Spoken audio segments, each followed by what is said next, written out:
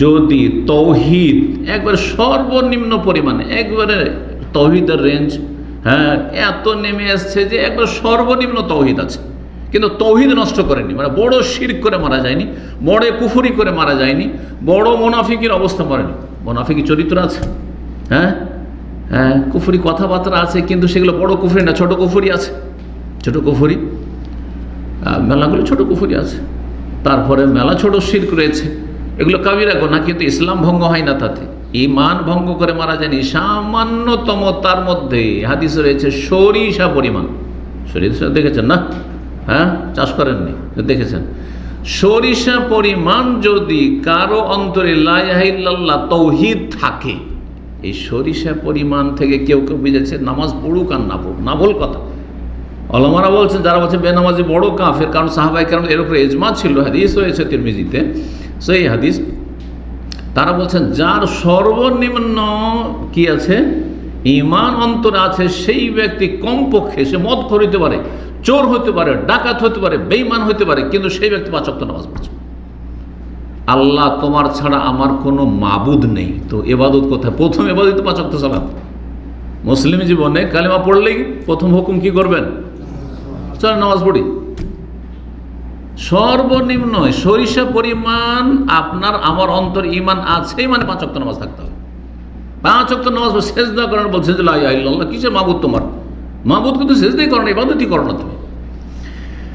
তো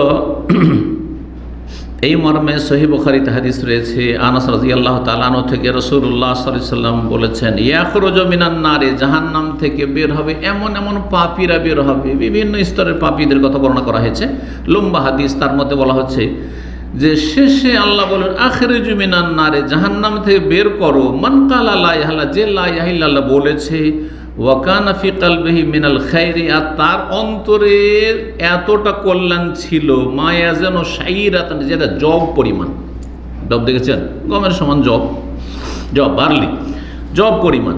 আখরিজু মিনান নার, তারপরে বলবেন আখরিজু মিনান নার, জাহান্নাম থেকে বের করো মান কালা লা ইলাহা ইল্লাল্লাহ ওয়া কানা ফি কলবিহি মিনাল খায়র মা ইয়াজানু বুররা, যার অন্তরে একটা গমের দানা পরিমাণ রয়েছে, জব একটু বড়, তাতে চোখা বেশি আছে, আর তারপরে গমের কথা বলা হলো।